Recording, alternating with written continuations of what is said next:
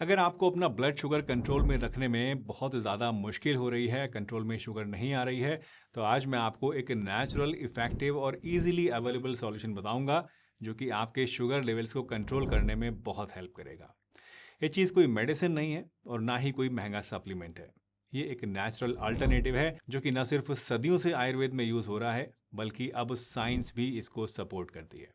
Imagine कीजिए, एक ऐसी चीज़ है जो कि आप अपने खाने में या फिर अपनी ड्रिंक्स में थोड़ा सा ऊपर से छिड़क लें या फिर इसकी चाय बनाकर पी लें और ब्लड शुगर पर इसका नोटिसेबल असर हो जाए तो कितना बढ़िया रहेगा। ये चीज़ जो अब मैं आपको बताने वाला हूँ दोस्तों, ये कुछ ऐसा ही काम करती है और आपको बिना किसी एक्स्ट्रा एफर्ट्स के, बिना किसी झंझट के शुगर कंट्रोल में रखने में हेल्प करती है। तो चलिए बिना किसी देरी के वीडियो शुरू करते हैं और जानते हैं डायबिटीज़ के लिए इस बेहद असरदार और बहुत ही सिंपल सी चीज़ के बारे में पूरी डिटेल से।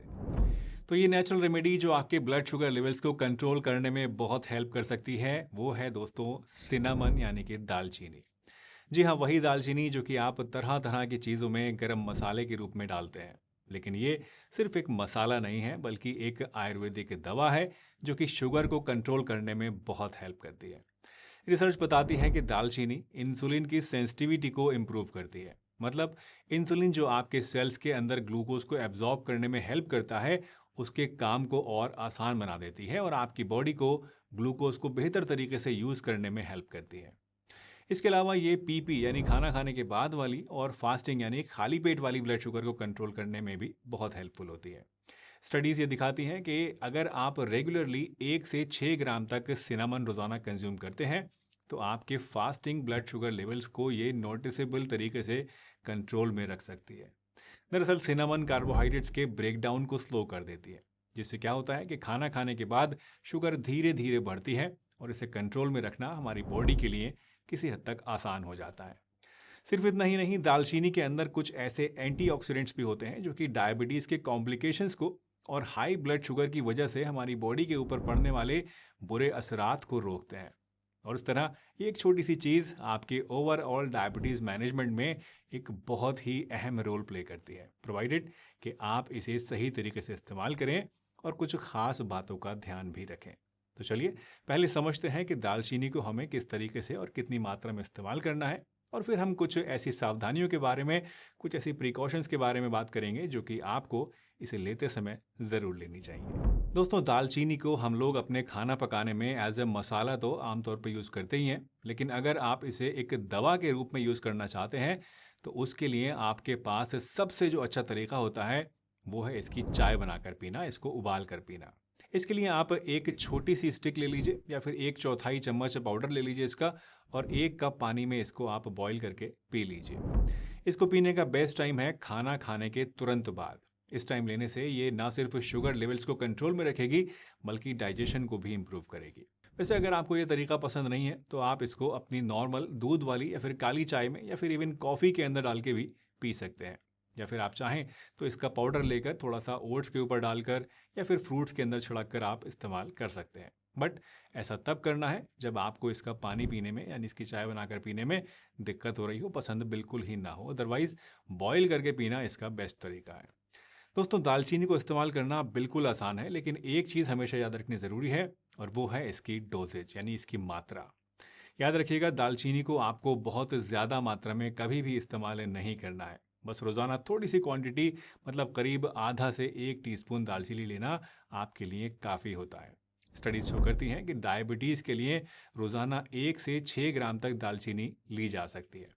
स्टडीज ये भी बताती हैं कि 7 हफ्तों तक दालचीनी को कंसिस्टेंटली लेने से ये आपके ब्लड शुगर के साथ साथ आपके ब्लड प्रेशर को और इवन आपके कोलेस्ट्रॉल को भी सिग्निफिकेंटली कम कर सकती है।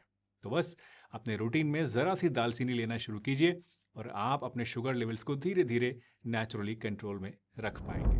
दोस्तों, हर चीज़ के दो पहलू होते हैं, एक अच्छा और एक बुरा। तो अब जब हमने सिनेमन की इतनी सारी तारीफ कर दी है, आइए एक इम्पॉर्टेंट बात और समझ लेते हैं, जो कि है सेफ्टी। सबसे पहले तो दालचीनी की वैरायटी देखना आपके लिए बहुत ज़रूरी है। दालचीनी दरअसल दो तरह की होती है, एक होती है कैसिया सिनेमन और एक होती है सीलन सिनेमन।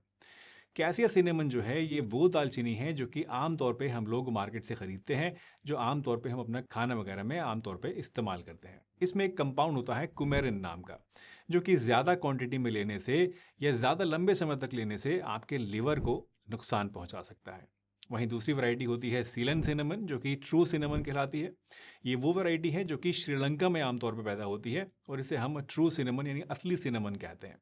ये भी आपको मार्केट में आसानी से मिल जाती है, लेकिन ये कंपैरेटिवली महंगी होती है और इसको आपको दुकानदार से कहकर लेना पड़ेगा या देख कर लेना पड़ेगा कि जो आप ले रहे हैं वो सीलन सिनेमन है या कैसिया सिनेमन है। सीलन सिनेमन पे लिखा होगा कि श्रीलंकन सिनेमन, समझ जाइए कि ये सीलन सिनेमन है। सीलन सिनेमन के अंदर कुमेरिन की जो क्वांटिटी होती है वो बहुत कम होती है और इसीलिए इसको कोई नुकसान आमतौर पे नहीं होता है।